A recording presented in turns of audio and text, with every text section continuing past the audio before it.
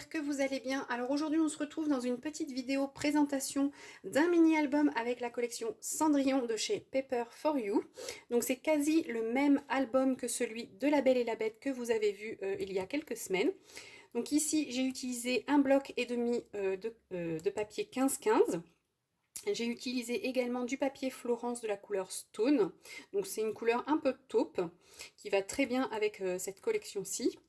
Ici, j'ai utilisé un papier bleu de chez Action, donc il me vient de ce bloc-ci, donc c'est la couleur Jean. J'ai également utilisé le même simili-cuir de chez Zibuline de la couleur Vanille, donc ça c'est quelque chose que vous ne pourrez pas retrouver puisqu'ils sont en rupture de stock et ils n'en feront plus. Ensuite ici, à l'arrière, j'ai laissé le papier bleu, j'ai juste collé ici l'étiquette du château qu'il y avait dans le bloc 15-15. Donc cet album mesure 16,5 par 16,5 et il a une tranche de 7,5 comme celui de La Belle et la Bête. Dans cet album, on peut mettre 51 photos en 9 par 13, donc c'est déjà pas mal pour un petit mini. Donc ici, j'ai laissé le papier tel quel, hein. J'ai pas mis de sentiment pour l'instant puisque je ne sais pas, quel sentiment mettre, donc je verrai plus tard. Ici, on retrouve un ruban organza comme ceci qui me vient de chez Action. Donc maintenant, on va découvrir l'intérieur. Donc ici, sur la couverture, nous avons un rabat comme ceci, avec un emplacement photo ici.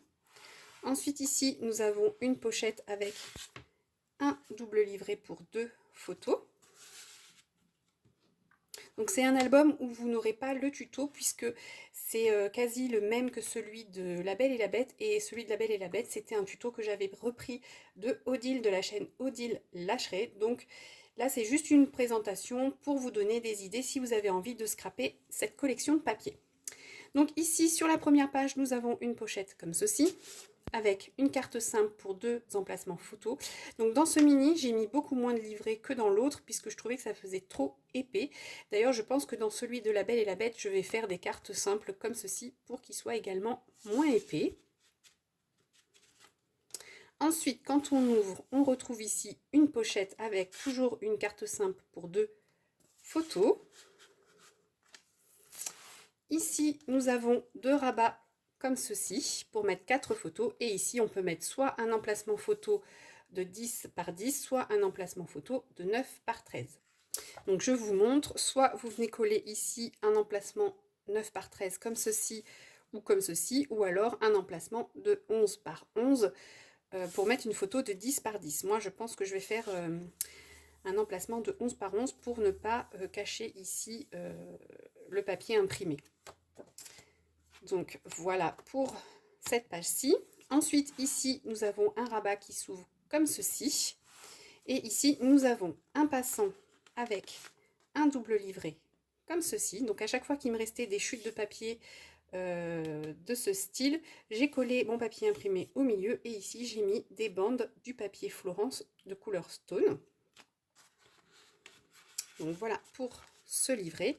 Et ici, nous avons un emplacement photo. Donc dans l'autre album, j'avais collé directement mes emplacements photos sur mon papier blanc. Et ensuite, vous savez, on met des petits bouts de papier pour le reste. Ici, j'ai collé directement mon papier imprimé. Et je vais venir ici coller mon emplacement photo comme ceci. Puisque vous savez, je ne colle pas mes photos directement sur mon papier imprimé. Je les mets sur mes emplacements photos. Voilà. Ensuite, pour la prochaine page, ici, nous avons un rabat qui s'ouvre comme ceci, avec 2 emplacements photos. Ici, nous avons une pochette avec une simple carte pour 2 emplacements photos. Ensuite, quand on ouvre ici, donc nous avons un emplacement photo. Donc c'est ce que je vous disais tout à l'heure. Je vais venir ici coller directement mes emplacements photos sur mon papier imprimé. Donc ici, c'est ce papier-ci. Et j'ai collé mon emplacement sur le carrosse ici et j'ai gardé que le design du papier en haut ici. Ensuite ici, nous avons une cascade comme ceci pour mettre 6 photos, 7 si vous voulez en mettre une ici. Donc là, c'est du format portrait. Ensuite, pour cette page-ci, nous avons un rabat qui s'ouvre comme ceci vers le haut. Donc là, nous avons un passant avec une simple carte pour 2 photos. Ensuite ici nous avons une pochette avec un double livret comme ceci pour 2 photos, ou 3 si vous en mettez à l'arrière. Moi je n'en mets pas. Ensuite sur cette page-ci nous avons un rabat comme ceci. Ici nous avons donc un papier imprimé où je vais venir mettre mon emplacement photo comme ceci. Et ici nous avons 2 rabats comme ceci pour mettre 4 photos, et ici une 5e photo. Ensuite ici nous avons un passant avec une simple carte pour y mettre 2 photos. Ici quand on ouvre nous avons un emplacement photo. Ici une pochette avec un double livret comme ceci pour 2 photos. Ensuite ici nous avons un rabat comme ceci avec un emplacement photo, et ici nous avons une cascade en format paysage pour mettre 6 photos, ou 7 si vous voulez en mettre une ici. Ensuite ici nous avons un rabat comme ceci avec ici un emplacement photo. Donc là j'ai gardé ici le design du papier, donc c'est cette page-ci, et j'ai recollé mon emplacement photo par-dessus l'imprimé ici. Donc ici on retrouve un rabat qui s'ouvre vers le haut, un rabat qui s'ouvre vers le bas, donc pour 4 photos, et ici un emplacement photo. Et pour finir ici sur la couverture, c'est exactement la même chose que pour la couverture de départ. Nous avons un rabat comme ceci qui s'ouvre vers le haut avec un emplacement photo.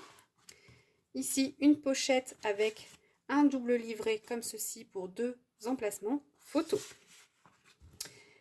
Donc voilà pour la présentation de ce mini album. Donc j'espère qu'il vous aura donné envie de scraper cette collection qui est juste magnifique. Excusez-moi pour le petit chat. Donc je sais plus où j'en suis, tu m'as perturbée Mimine.